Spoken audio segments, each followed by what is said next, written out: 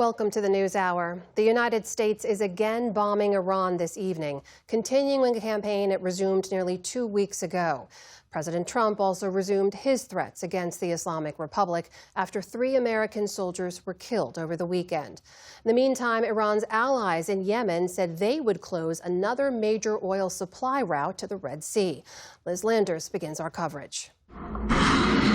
Ahead of a new day in Iran, a familiar story played out in the darkness of night as the U.S. announced a new round of strikes just like these. Impact after impact meant to further degrade the country's capabilities to attack ships in the Strait of Hormuz, and after a violent weekend involving U.S. allies. Missiles streaked across the sky in Jordan this weekend. And the warning to brace for impact came seconds after fiery explosions were caught on camera. An American military base, the target of those Iranian missiles in an attack that killed 2 U.S. soldiers. 25-year-old First Lieutenant Tyler James Feehan and 19-year-old Private Isabella Gonzalez were killed during the Friday attack, the Pentagon confirmed. An unidentified 3rd service member at the same location remains listed as missing in action. On his way back to the White House from the World Cup final, President Trump vowed to memorialize those killed in action, saying U.S. strikes against Iran were, quote, in honor of the fallen. Well, we feel very badly, but, you know, those great people, those great patriots were out there fighting that Iran cannot have a nuclear weapon. They've got very little left. They've got some missiles. They've got some drones. They've got some manufacturing ability, not much. Trump went on to say he'd avenge the deaths, writing in a social media post today, quote, every time Iran kills an American soldier, they will pay for that killing many times over. While the president insists Iran has little left, another unidentified American service member was killed in a separate incident on Saturday in northern Iraq during the controlled detonation of an Iranian drone. A second soldier was injured.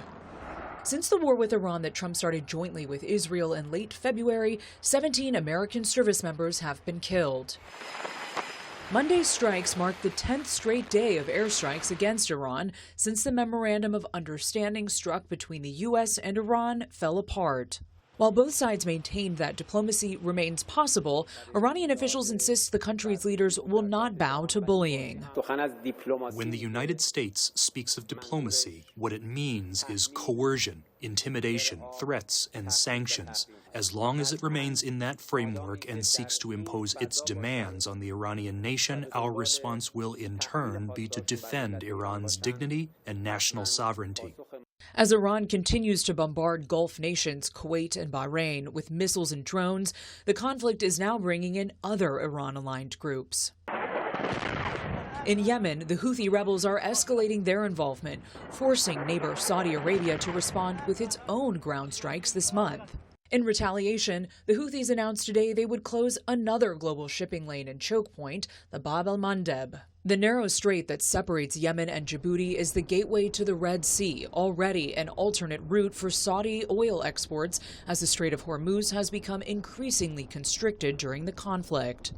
Secretary of State Marco Rubio this weekend once again called on U.S. allies to do more to help the war effort and keep the crucial waterways open. The Straits of Hormuz are international waterway, and they continue to launch against ships in that international waterway.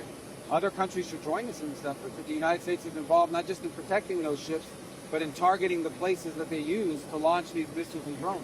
Additional closures to Mideast waterways may increase prices for consumers who are now watching gas prices climb back to $4 a gallon. For the PBS News Hour, I'm Liz Landers.